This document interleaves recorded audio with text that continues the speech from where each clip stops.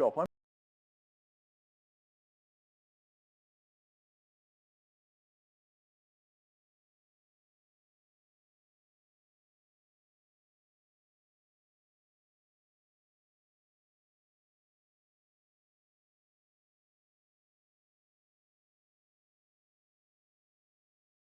Start talking. And Elizabeth, great to hear you joining us from Oslo.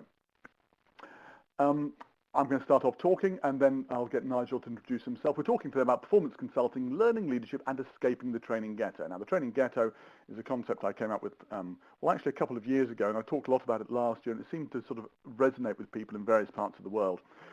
So the idea is that we want to move learning to a position of leadership. I believe that performance consulting, from my conversations with Nigel, is an integral part of that. I have no financial interest, by the way, in Nigel's work.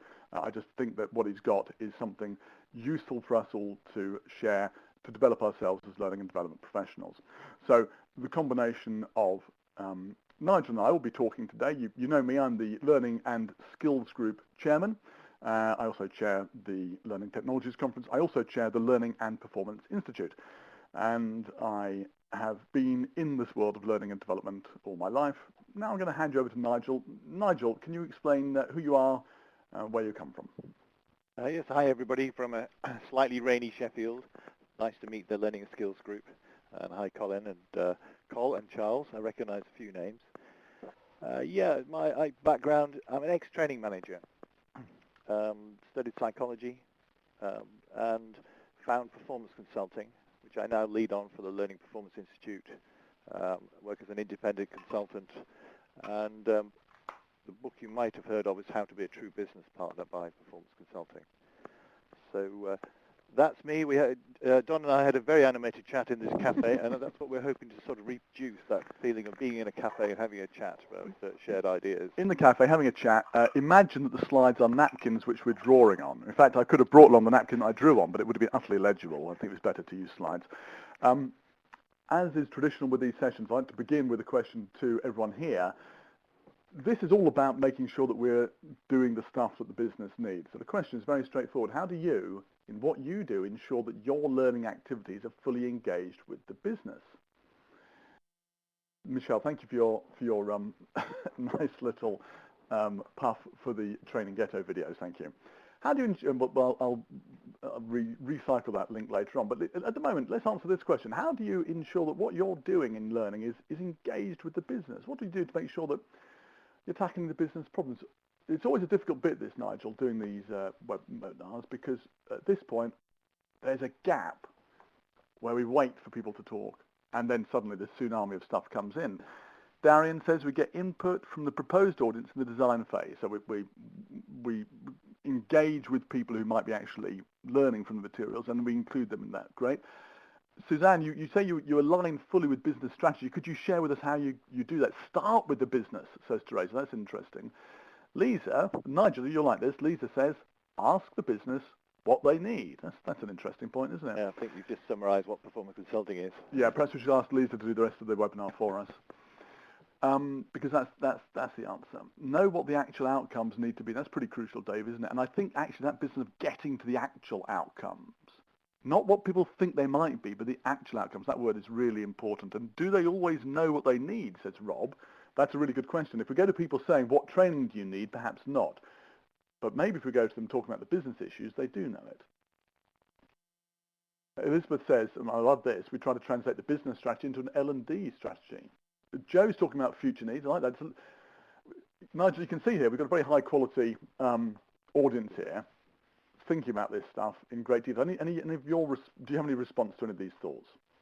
Well, I might be a bit contentious, though, that I wouldn't bother translating the business strategy into the L&D strategy, or maybe I'm just misreading that. I think it is, the business strategy is the L&D strategy. Just make it the same. Even use the same words. It's really important. That is important. Bear in mind that Elizabeth's first language is not English. I'd struggle doing that in Danish, so I think we can certainly cut her some slack. Let's press on then. And sorry, Elizabeth, Swedish. For some reason I had Copenhagen in my head. Sorry. Anyway, welcome. And so not only can you hear somebody making a fool of himself in English, you can also be very polite about correcting him. Thank you very much. Our aim today is to, and please do keep your thoughts coming through, Um, our aim today is to help ensure that the learning programs that you're running or involved with engage better with the business. That's the crucial first thing. There's more to it than that. I'd also like to make sure that actually we elevate the training departments that you represent higher in your organisation and get them thought about in a different way in the organisation. Here's the agenda we're going to go through. I'm going to talk for the first bit, Nigel's going to talk for the second bit, and we'll have a general conversation for the third bit. So the first bit is escaping the training ghetto. And I don't want to skip over what people are saying. John's made a great point, apparently, which I might have missed, saying that it's a learning intervention which is required. Well, I did want to point out, John Haynes raised a really good point. Is L&D the right solution? Is training actually required? Really crucial, and I think Nigel will be talking about that in section 2. Escaping the training ghetto. Please excuse me if you've heard this before. As Michelle pointed out earlier, there's a bunch of videos I've done about this, talking about it, and there's an animation done by Fuse as well. I've also written about it extensively. What's the training ghetto? It's a reaction to change. We tend to think about change as being linear. We either think things either change slowly or they change quickly. But I think it's more complex than that. I think there are 2 dimensions of change that we need to concern ourselves with when we're thinking about the learning and development department in relation to the organisation as a whole. So this vertical axis represents the change that takes place in the learning and development department. So we could be changing fast at the top, or we could be changing slow. We should also be looking at organisational change, whether we're doing it slow or fast. And for me, the question is, how's our training department, our L&D department, changing relative to the speed of change of the organisation? If we are changing fast and the organisation is changing fast, then we're in the top right-hand corner in this position that I would call learning leadership. The organisation's changing fast. It's agile. It is responding to market needs. It's providing the right services to its clients or products in relation to a very rapid cycle of understanding what's required, developing stuff and getting out there fast. And the learning and development department is also changing fast in response to that. It's constantly reinventing what it does, working with the business to support its needs. So that's what I'd say is the top right-hand corner is learning leadership. Everyone's changing fast. There is risk there, but there is actually risk everywhere here. The great thing about the learning leadership part is that it's accepted that we can fail because that may be part of fast change, but we are supporting the business. In the bottom left-hand corner, things are much more comfortable. We're changing slowly and the organisation is changing slowly.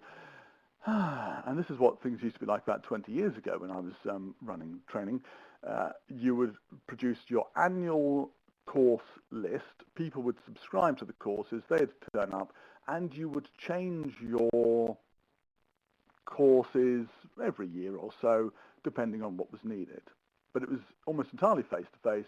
It was very much training just in case. And of course, this is still actually the meat and drink of most training departments, but if they're not thinking about anything else, then I'd say they're what I'd call in a position of comfortable extinction. You can carry on doing that way in an organisation that's not changing fast, but if you're not supporting it and it's not reacting to the world, sooner or later you get blindsided. It's very much what happens to the music industry, what threatens the publishing industry at the moment. This is the world, if you like, of Kodak, which invented personal photography and then had to file for bankruptcy in order to sustain itself. While in the top right-hand corner, that's the world of Instagram or indeed WhatsApp, these small organizations that do things very quickly, very innovatively, and get bought, in the case of Instagram, for $1 billion by Facebook for 12 employees and a good idea. Right. Suppose we're changing fast and the organization's changing slowly. Well, in that case, it's a very frustrating place to be in that top left quadrant because you've got all the ideas, you know great stuff that you can share with people. Unfortunately, the audience is not receptive. I suspect a lot of people on this school are probably in the top left-hand corner where we've got great ideas, but the organisation isn't responding to them because they want what they've always had, which is essentially stand-up delivery, just in case classroom training. I have a warm spot in my heart for classroom training, but it is by no means the only thing we can do. And what happens here is that we are what I call unacknowledged prophets. That's quoting Matthew, where Jesus says, a prophet is always honoured except in his own country. In other words, we always see this position whereby we can go off and say great things outside the organisation. We come back to the organisation, they don't want to know. A lot of organisations, though, have training departments which are in the bottom right-hand corner, where the organisation's changing fast, but the training department isn't. That's what I call, unsurprisingly, the training ghetto. The training ghetto is this place where we are caught, not always entirely of our own volition, in fact, generally not of our own volition. And I'll come back to Tony, who's added a third axis onto this in a minute, because I agree with you, Tony, by the way. But the training ghetto is a place where we are seen as doing things differently. And I use this in the sense of the original ghetto in Venice, which is where the Jews were sequestered. They had to live in a walled part of Venice that was entirely separate from the rest of the city. And they would come out and they would engage with commerce with the rest of the organisation, and then they'd go back into the ghetto. Learning development is seen as that. It's seen as being this strange, otherworldly place in the basement, across the other side of the car park, in those training rooms where you go and you do something that's different, and then you come back and you engage with the rest of the organisation. They're different there. They speak a different language. They're not quite like us, but we interface with them when it's necessary for us. So there we are. I do agree with Tony, who says, by the way, that he sees there's a third dimension to this, which is a willingness to change as the z-axis. And I think there are other dimensions of this as well. But I would say that, for me, what we are talking about during the course of this is how can we get out of the training ghetto to learning leadership? How can we get out of being unacknowledged prophets into learning leadership? Those are two arrows with different requirements on the ways. For the training ghetto, we have to change the perception of learning. Absolutely crucial. We've got to change what people think about what we do in the organisation, and we've got to change how we deliver it. Now, the same is true for the prophets, but they have to change things in a different way. They have to change the thinking towards being more, open to new ideas. The training ghetto has to change the perception of learning to make it much more aligned with the business. And Liz says the not-for-profit organisation that she's working for straddles the quadrants due to lack of funding and finance. Well, that's interesting. Let's see how we can move, how we can possibly help you in that. And Gordon says, let's move from training to capability development. Well, I would agree, although capability development is only one part of what we're doing. We should probably be doing three things, which is performance support, capability building. Also, I think we need to do learning development, developing the skills of the organisation. By the way, Liz is in this position. She's strapped by a lack of funding and finance. So if you can help her with thoughts during the course of this as to how she can elevate her position to learning leadership, let's help her make this a success for Liz.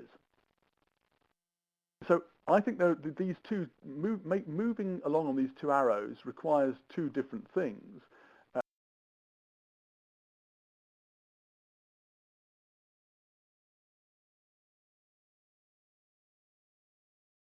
And I think there are different things lacking in each of these areas. So I think in the training ghetto, we probably don't have a lot of technical expertise. That tends to be very strong with the unacknowledged prophets.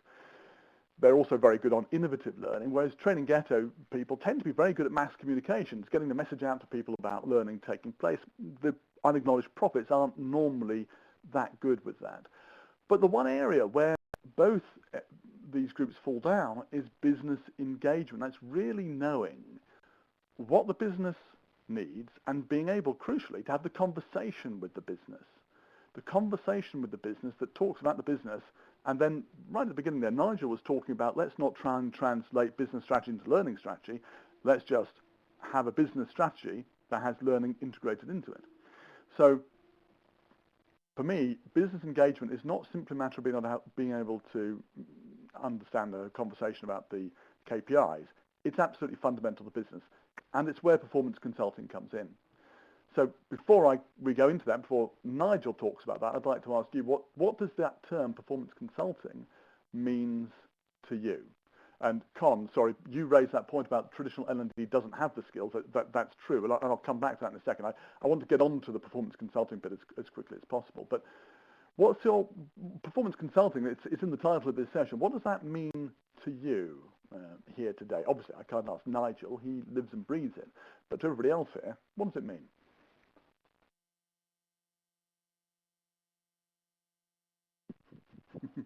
I like, I'm reading Charles's and chuckling to myself at Charles's L&D Maths 101, which is all about the rate of change of L&D, which I've heard you mention before, which I really like, Charles. I think it's a great way of putting it.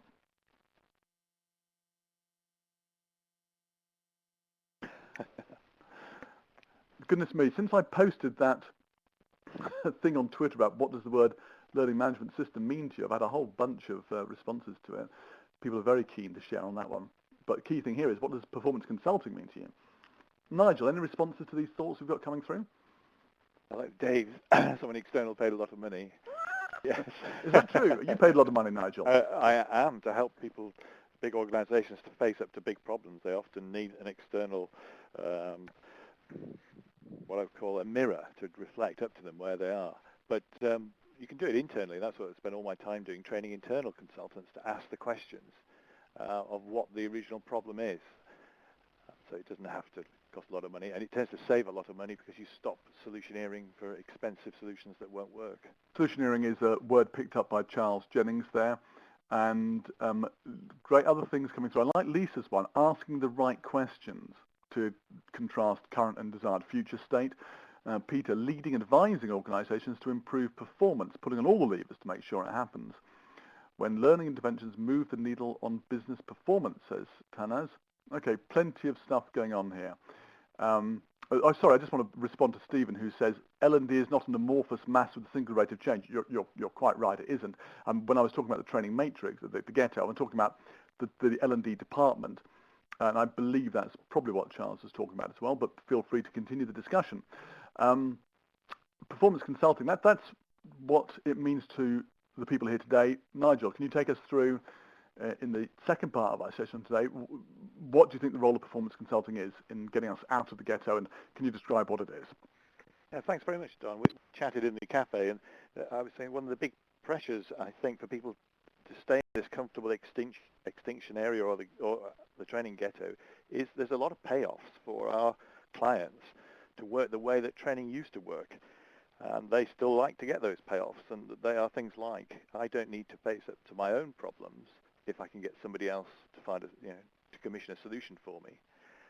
And if somebody else is doing that solution, I can blame them if it's late or doesn't work. But the main thing is, it's a key, I think, we try to deny and avoid our problems, and so it's a very useful thing in organizations to be able to give your problem to somebody else. This is where this concept of solutioneering comes from, where people jump to solutions much too quickly. It happens in IT as well. Classically, we need a new CRM system, and then after you've commissioned millions of pounds worth of new system, the business only then goes back and realizes what they're trying to do with it. It happens in HR. I've been involved quite a lot with HR business partners, and we've saved quite a few jobs where the assumption was we need to get rid of these people. When you look at the business problem, it may not be the solution at all. So it's not just L&D. I think it's quite a common human trait. But in organizations, there is a big payoff for jumping to solutions and employing other people to commission them very quickly. And I think solutioneering is asking the questions of those enthusiastic clients who are asking for an easy solution. And the example I've got here, I'll just run you through a quick example. We need leadership training. So that maybe in the comfortable extinction, 20 years ago, a learning development director may have said, great, excellent, we'll do that for you. We'll find a great supplier. They commission a great supplier at maybe a management college, and they run people through the course, and the line managers and individuals who go on it get enormous benefit, and they say they enjoyed it, they personally developed. So what's not to like? Well, the problem is that obviously we're measuring all the wrong things. We're measuring, have we delivered that solution? Have we bums on seats? Spent the budget? And even the feedback has tended to be the reactions of the people to the training. And you can get a completely distorted view because everybody in this diagram is actually benefiting some way from this fantasy, this conspiracy of convenience. David Wilson called it. I think Charles calls it as well, Charles Jennings. It's so the there are undercurrents of emotions and benefit and payoff in the organization from maintaining this conspiracy. And when we come up against that in the L&D sphere and try to get closer to the business problem, we're facing often pushback and emotional reactions from our clients. And this is why it's quite difficult to do. We spend a lot of time practicing the subtle skills of how to turn your clients around from this enthusiasm for an easy solution into sharing with you as a partner what the real problems are. And that, to me, is what performance consulting is. It's asking the questions of the business. And there's a number of factors why people solutioneer.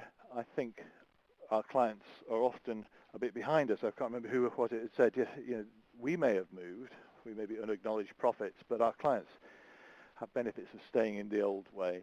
And they do think they know what training is. They went on a course, so they know what it's about. But more often, they are dealing with complexity and enormous time pressures. And if they can park one problem and get it onto somebody else's desk, it can be a great benefit to them. And they may do it innocently. They may engage with L&D and say, oh, we've agreed to spend money on more sales training, perfectly innocently, because they haven't had a chance to really think through what the causes are behind the problem with sales figures. And the last time they engaged with training, that training manager might have said, yes, we will do that sales training for you. You know, what do you want, when do you want it? And behaved as an order taker. So if we change our behavior to now wanting to work with them and find out what the business problems are, again, we may be challenging their expectations of what they want an internal supplier to do. Particularly as a lot of senior business leaders, like the sales director, may be talking to the learning development director and may perceive themselves as more powerful and more credible in the organization.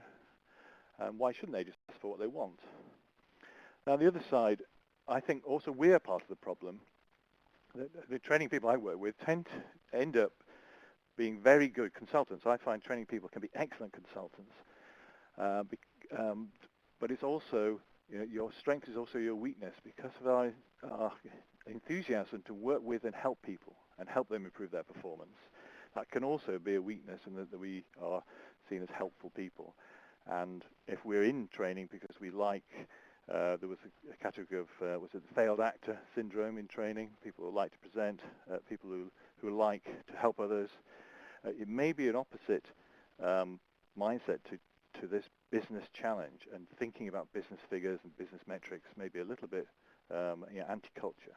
But having said that, I respect what somebody else said, that there is room, I think, in the training function for a range of skills, and we still do need to deliver quite a lot of compliance training and traditional training. It's just important not to have your whole business learning development department, badged as that delivery, that you do have some people asking the key questions of the business. So how do you, to me, that's all performance consulting is. The client comes to see you and you ask some questions to break out of this cycle of jumping much too quickly to the solution. I tend to think of it in 3 key steps. Because of this emotional attachment the client has to the solution, you need to be very careful at the beginning of meetings and not push back or challenge too early, which is critical. So the first phase is all about building trust, starting to see the world the way the client sees it, starting to really understand their business very quickly by using tricks like drawing a rich picture or a system diagram with the client and proving you can really listen to them. Now the middle section, after you've done that, is where the challenge happens. And that, I think, is helping the client face up to the real problems. And if you haven't got the trust and rapport, you'll get pushback then. And this is where we do gap analysis, compare where people are, where we want to get them to, and what the cost of the gap is, that somebody else mentioned. Now the final bit, to me, is where we look at solutions based on the causes of the gap. And those solutions can be a range of things: motivation, incentives, can be things in the environment, usually a mixture of things that the managers are going to do, my managers, and if it's around the knowledge and skills area, I think that's where learning development comes in. But to me, all successful solutions are a mixture of management interactions and learning development. And I don't think you can, personally, I don't think you pull out and say, well, that's training and that's the effect training has. To me, training is a part solution. when you think about how we're going to improve performance. I don't know, those of you who've read my book or seen my presentations will probably recognize the 7-step process that we cover on the performance consulting skills workshops. Those are how I think in 3 phases. In the first phase is building the trust and rapport, where we do map out who's involved in the problem, which is a nice, safe, neutral question. That middle section is the gap analysis, which is the challenging bit. And the last bit is where it's much more creative. We work with the client, and then we bring our expertise into hand with the client. And yeah, the 3 steps. Thank you, Charles. It's going down very well with my clients. I tend to use 3 sheets of paper now. If you're going to try this with your clients, get out 3 sheets of paper and head them up with these headings and try and structure your meetings. And I think that was my very short introduction to performance consulting. Back at you, Don. I'm wondering if that's too short. I would. We have time, and I think it would be very useful to build it out to have a look at these 3 steps together. And can you talk us through? I've heard you do this before. An example of the sort of issues you might face at each of the 3 stages as you go through it, because after all, the concept is not complicated. Let's establish trust, work out what the problem is, what the size of the gap is, and then find an action plan for it. Yeah. The devil is always in the detail. So would you mind just going through each step one by one and sure. illustrating for us because something you might get at each stage? Yeah, because when we discuss this in the CAPA, you sort of, well, what is learning leadership? A lot of it is the leaders in the learning team asking questions of their clients and not accepting orders. Yeah. So we take an example of this. The client comes in enthusiastic about let's say it's their sales training program. And they may quite innocently use quite a lot of manipulation to push you to take this on board. But when you say that, you're not suggesting they're either Derren Brown or they're some sort of Machiavellian character, but you're doing work, aren't you, at the moment, Nigel, on the language people use, and exactly. You're actually quite clear that people perhaps inadvertently use the language of power to get what they want in this initial conversation. Exactly. We've agreed, the executive agreed a budget of $500,000 for a new sales training program. It's one of our priorities for next year. I'm sure you'll be delighted. Please, can you get it organized?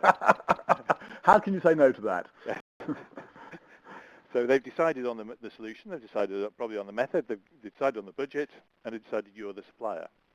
But it may be done completely innocently. They've sat around the table saying, we've got to do something about sales. And someone has innocently jumped to a positive solution, which is a very macho thing to do. Oh, well, let's do some sales training.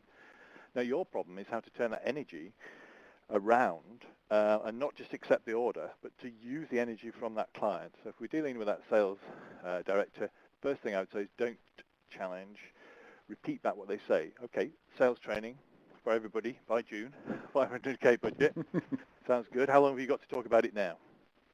And then they'll give you clues about what they think about you. Because if they say, oh, well, I've only got 10 minutes, they obviously think they can give you an order in 10 minutes. But if they really think they need to discuss the problem with you, they probably have allowed more time. One of your first issues is right at the beginning to start to win that time with them to talk about the real problem. And I would say, okay, so sales training, who do you want it for? And get them talking, opening up about who they want it for. And they will start with generalizations like, well, all our salespeople need it. And which is a little bit defensive. Yeah. Because if you then you need to probe a little bit and say, so all the salespeople, just remind me how many of them, are these the ones that report to you? Get a sheet of paper out, put it between you, and start to get them engaged in opening up about the problem rather than the solution. Do they report to you? And remind me, how many team leaders do you have? And start to draw a picture with them. I'd also observe, sorry to interrupt, I would also observe, Nigel, in this sort of conversation that you're having with people, it's a conversation that most L&D people don't have. You're illustrating a knowledge of the business and of their environment and teasing out more information. which they won't be expecting to have with somebody who's an order taker. So perhaps subconsciously you're shifting their perception of who you are by asking these questions. And physically, a great trick is to sit alongside the client, get a sheet of paper out, to get them to draw out their organisation chart. Side by where side. they fit, to start to give those non-verbal messages that you are a partner. And just getting them to open up and show who they want this for is the first step in starting to be perceived more as a partner. Now, just to interrupt you for a second, we've had a very interesting discussion on the right-hand side. It started with Joe saying you need to push back and be tough and resist the desire for a quick fix, which I totally agree with. But Con saying, no, you don't need to be tough. It's about being practical and focused on what the issue is. I think actually they're both right. I think we need to resist the other person's desire for the quick fix, but then also to have the sort of conversations Nigel's describing here about being practical and focused. Tony B says, learn to say no, but Lisa says, what about yes and? In other words, Exactly. I think there are different approaches, Nigel. But I think the language is terribly important, isn't it? It's really important when you do this challenge and how you do it. If you do it too early, you will get pushback. Yeah. That's why I suggest the first phase is about building trust and rapport. And Right. I wouldn't push back or challenge or say no anywhere there. Also, saying why is a very challenging question.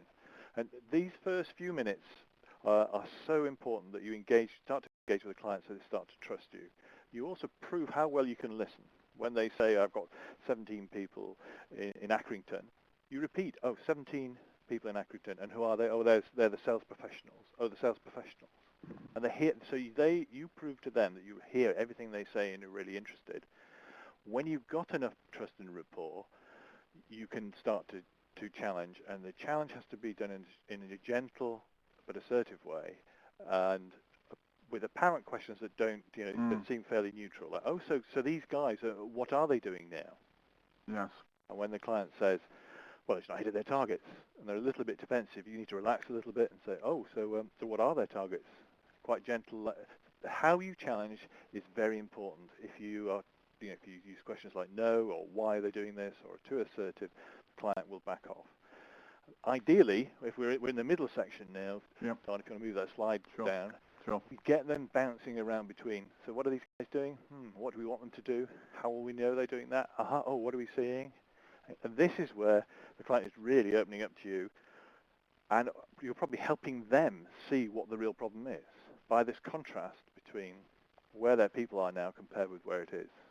And I think just one for a second, because Tony's raised an interesting point here, and I think it's a legitimate thing to raise, which is he sometimes gets annoyed, and I'm sure people do, when they tell me the learning solution. This happens all the time, Nigel. People come and say, look, we need a 2-day course, we need a 30-minute online course.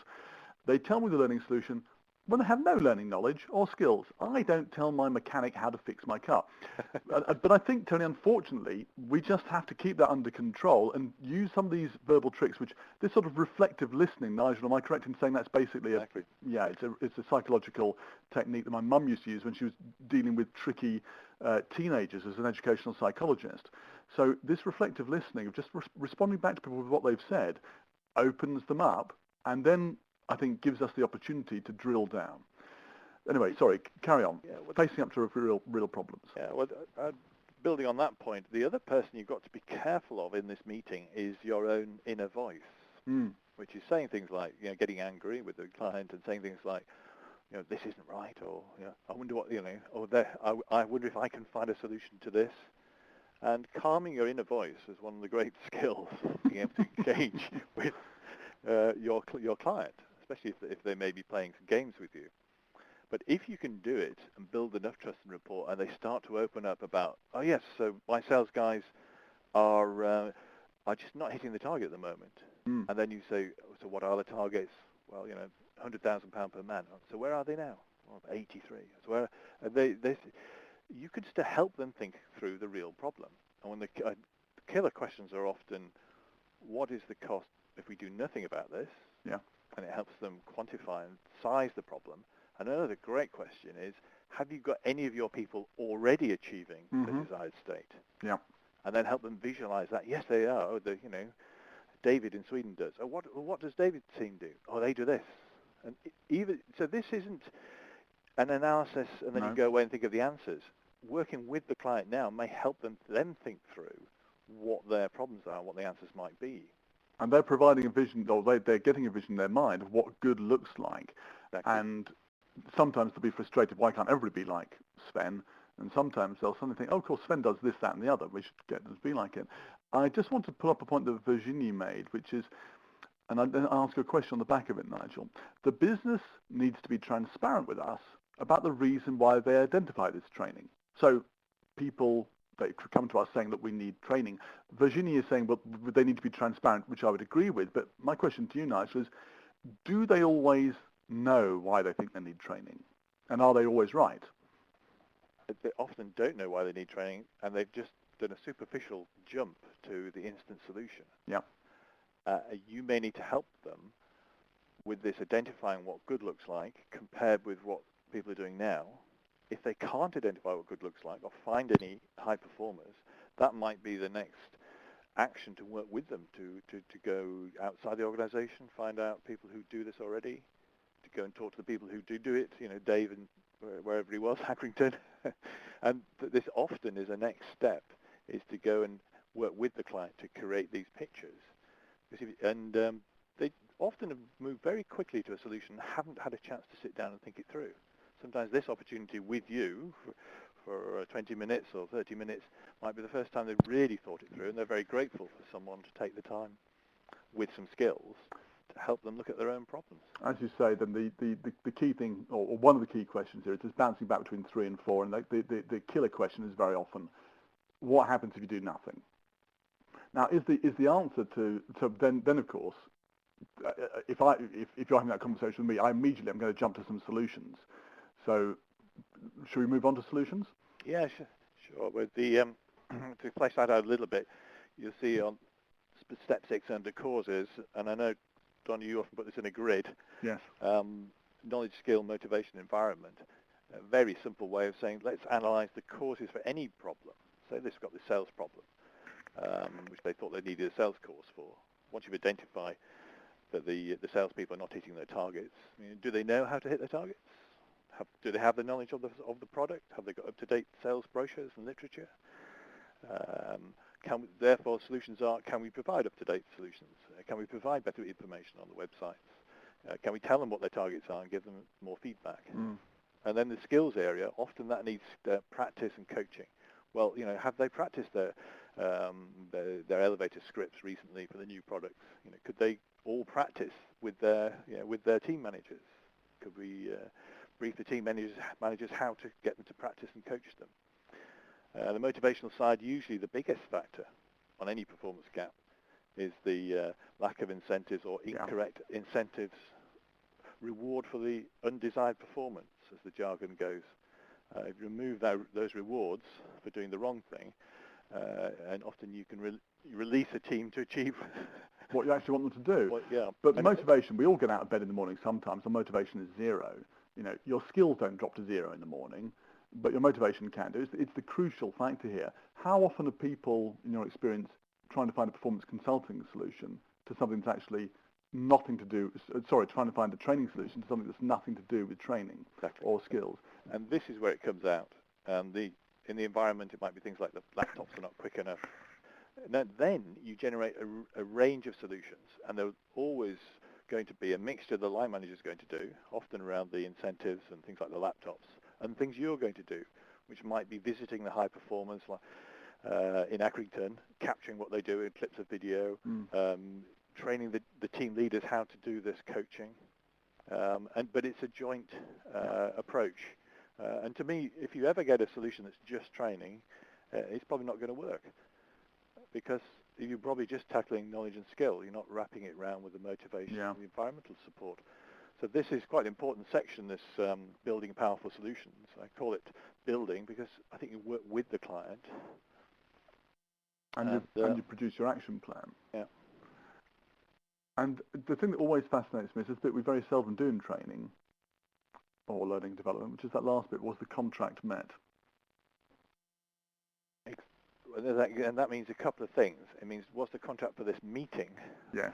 And also, have we set up an evaluation meeting to see whether these salespeople are actually hitting their targets? And it's the line managers do the recording and evaluation, Learning development doesn't.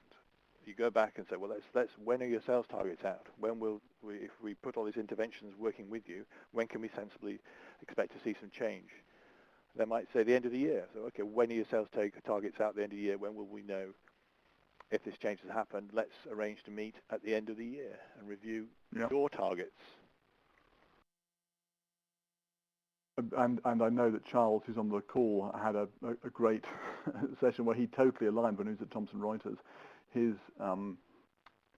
bonus plan with the bonus plan of the organisation, which it shows a real commitment, and also you're totally talking the language of the business based on whether people were performing after their, as a result of the learning environment that was put into place. Just one thing here that came up on. Con says, causes, not many learning interventions directly impact the environment. And just to be quite clear here, this is not all about learning, is it? Oh, exactly. The focus is not on learning. To me, learning's a how-to achieve something else, which is performance. To me, the performance is helping people to get, to do what we want them to do. And if the appropriate intervention is to give them faster laptops, and then they can just do it, then that's what we do. We don't necessarily do any training at all. Speed isn't always everything. Con pointed out in the text area that he had a request for a touch typing course yesterday because they believe that if the staff type faster, they'll get more done. Con, I think that, for me, that you should write that up as a case study because that is the epitome of the completely not getting it and thinking something is always a training solution. I've pulled my hair out when I saw that one. So look, thank you for going through that performance consulting in more detail. And look, Nigel's got a lot of free stuff available on performconsult.co.uk. Bottom left-hand corner is the URL. I'll be making the resources available afterwards, and of course they'll be available on the website as well. So I'm going to pick it up now and just quickly talk about becoming a learning leader. Now, becoming a learning leader is lots of different things for me, getting that top right-hand corner of the quadrant. But the most important thing that it's about is about having the right conversations with people and the words you use and the approach you take altering their perception of you and your department. For me, that's the most important thing. It sounds terribly wishy-washy, but actually it's utterly fundamental, because without that, people will keep in the conspiracy and convenience of coming along and asking for training when, in fact, they may need some motivational or environmental or something or some other form of help. Con earlier mentioned the idea of mentioned the capability map, which the Learning Performance Institute, which I chair, produced, and we had a report come out about it. And Con said, but Don, most people don't have these skills. And I'm afraid you're absolutely right, Con. I'm not going to go into those details now. You can get the report yourself and have a look at it. But the detail of it is that, the top line is that the key skills that we did a survey and we've got about 1,000 responses back. The key skills that we're very good at and which lots of people respond to saying they're good at are the traditional skills of L&D, which are classroom and other forms of delivery and the production of course materials. The stuff which we are less good at is new skills such as managing communities, although there's an encouraging surge of people coming into that, and other skills, particularly business skills and particularly communications, which we are traditionally, or which we are poor at, according to this survey. Not only do we not have very many skills in those areas, but the few people who do assess themselves against those skills assess themselves at quite a low level. So basically, we're very light in that area. And yet, and I believe that's the key single thing for getting us out of the learning, out of the training ghetto, or indeed the area of unacknowledged profits, and into being a learning leader. But when we got these slides together, Nigel, you came up with this list of 6 things about moving from L&D to PC, which means not personal computer, but performance consulting. Do you just want to go through this list? When we talked through this yesterday, I thought this was a very good summary of becoming a real business partner in your organisation. Do you just want to talk us through it? Yeah, sure. I work with a lot of big corporates, training their teams in these skills to have a common process and to build their skills to engage with their clients. After they've got a process and they are skilled and they try it out with their clients, the big things that people talk about, moving the credibility of learning development team, dealing with the issue of how powerful their line managers and clients are, and how they try to use power to steamroller and push through solutions. So I've been working with some companies for 10, 15 years with the same groups of consultants, really building their skills. They need to be so good. It's like, I call it forensic listening. They need to be fantastically good at turning clients around. So building your people's skills and continuing to build them are really important. But also, more importantly, often to do it all together with the team so that you reinforce their resilience. I think line managers, L&D, they get stuck in the middle. HR business partners get stuck in the middle with clients expecting things of them and suppliers often wanting to deliver those solutions and wanting actually to bypass them and talk direct to the client. And this, you can get blamed from both sides. To me, what really works, if you can reposition L&D as around performance, look at the business, right at the beginning, the business strategy, so that you are attached to the actual business strategy, not something separate from it. And the secrets, to me, are using this gap analysis data. When you quantify the value of the performance gaps that you're working on with the client, if you get that data, that can start to really help you reposition your whole team. And then fundamentally, I'm working with 3 of my clients at the moment where we've dropped all the projects, all the old HR-led projects that don't connect to a defined business value. And some of my clients, go and look at your diagram, Don, they've been forced to go from comfortable extinction to learning leadership by the organization, cutting back. And they have to cut, and therefore they have to cut back on what they've traditionally done in L&D. And it's sort of been a retro fit, and I've been working with them of what they drop. And in order to know what they drop, they have to go and talk to their clients and say what's important and how much is it worth. So just to recap that, they've been told anything that's not aligned to the business is not going to happen, so they're suddenly forced into this position of going and engaging with the business. That sounds quite challenging. Are you giving them the skills to be able to have those conversations effectively? Yes, and I'm supporting them one-to-one to go and have, instead of 50 projects, HR and L&D projects, we're now having 5 key meetings with the 5 key business leaders, with the top business partners, the L&D business partners, having those meetings with these sort of conversations. And when they come out, we're now dropping a lot of the L&D language and just calling it all business language. Yeah. But it's mainly forced by you losing people. It's a lot of departments. L&D departments haven't moved fast enough. They're not perceived as adding enough value. This one I'm talking about went from, well, let me say, it was over 50 people. It's now down to about 15. Wow. And I work with the survivors but now those 15 will survive because they are aligned to the business value. Not an uncommon story, strangely enough, that a 10% cut in department, even a 20% cut, just makes everyone run fast on the hamster wheel, but an 80% cut forces a transformational change. Yeah. Not always a good one, but the ones that survive are fantastic. Virginie asks, could you just develop what you mean about resilience? And Virginie, I just want to drop a URL in here. We have a webinar about resilience coming up in June, but Nigel, can you just expand on what you mean by that? Yes. Yeah. Going back again, I think, being resilient enough to go back again and talk to other clients when you've been rebuffed. To me, if you're moving into a higher challenge area here, L&D moving into performance consulting, and you sometimes get rebuffed and people using power against you. You need to go back, have the support of your colleagues and your bosses, be clear about your process, confident in your skills, and sometimes you'll get some setbacks. And you need someone to go and talk to so that you don't change your behavior and stop doing all the good things. You're resilient enough to keep going back and doing the right things. Being resilient enough to bounce back, isn't it? Some people call it bounceability, don't they? The ability to get up and just carry on, sometimes even with a smile on your face.